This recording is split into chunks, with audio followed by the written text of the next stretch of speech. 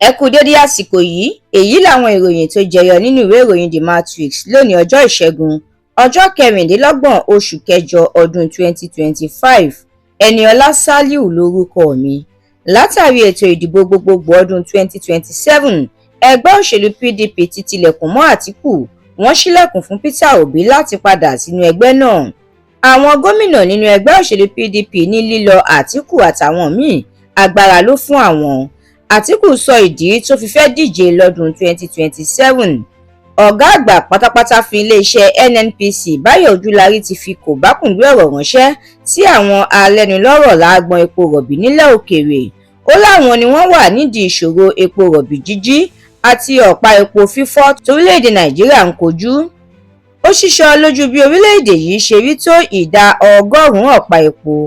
Ó ti dájú báyìí pé ọkọ̀ òfurufú Air Peace yóò bẹ̀rẹ̀ sí ní gbéra tààrà láti ìpínlẹ̀ Èkó lọ sí Sao Paulo lórílẹ̀-èdè Brazil, iléeṣẹ́ ààrẹ ló fìdí ẹ̀ múlẹ̀ bẹ́ẹ̀. Orílẹ̀-èdè wa Nàìjíríà àti Brazil ti ti ọwọ́ bọ ìwé àjọsọyépọ̀ láti mú ìmúgbòòrò bá àjọṣepọ̀ ọrọ̀ ajé. Iléeṣẹ́ ọlọ́pàá orílẹ̀-èdè yìí ti dóòlà àwọn 5 lọ́wọ́ àwọn karambání ajínigbé, bẹ́ẹ̀ ló gba agbára lọ́wọ́ àwọn 5 nínú àwọn ajínigbé ọ̀hún.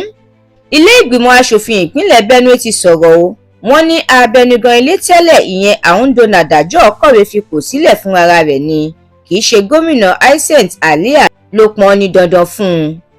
Òní yìí ni ẹgbẹ́ àwọn olùkọ́ ilé ẹ̀kọ́ gíga jákèjádò orílẹ̀-èdè yìí yóò bẹ̀rẹ̀ ìfẹ̀hónúhàn àti ìwọ́de. Wọ́n ní àwọn ti ní sùúrù tó fún ìjọba àpapọ̀. Ó ṣe pàtàkì fún àwọn ọ̀dọ́ ní Agége ní ìpínlẹ̀ Èkó láti lọ gba káàdì ìdìbò alálòpẹ́ wọn kí ààrẹ Tinubu lè ṣe sáà kejì gẹ́gẹ́ bí ààrẹ. Bá amòfin Adétúnjí Akínyẹmí ló sọ bẹ́ẹ̀. Ìròyìn eré ìdárayá. Agbábọ́ọ̀lù ọmọ ọdún 16 nínú ẹgbẹ́ agbábọ́ọ̀lù Liverpool Rio Ngumolia ti fìtàn balẹ̀ gẹ́gẹ́ bí agbábọ́ọ̀lù tọ́jọ́ orí ẹ̀ kéré jùlọ tó mi àwọn léyìí tí Liverpool fi na Newcastle nínú ìdíje English Premier League. Ẹ̀kúnrẹ́rẹ́ àwọn ìròyìn yìí àtàwọn ìròyìn míì lẹ́ ò láǹfààní láti jẹ̀gbádùn tí ẹ bá darapọ̀ tí ẹ sì tẹ̀lé The Matrix lórí Facebook, Instagram, TikTok, YouTube àti X. Àdúrà mọ́mi Balógun ló ṣe òǹgbùfọ̀ ìròyìn yìí.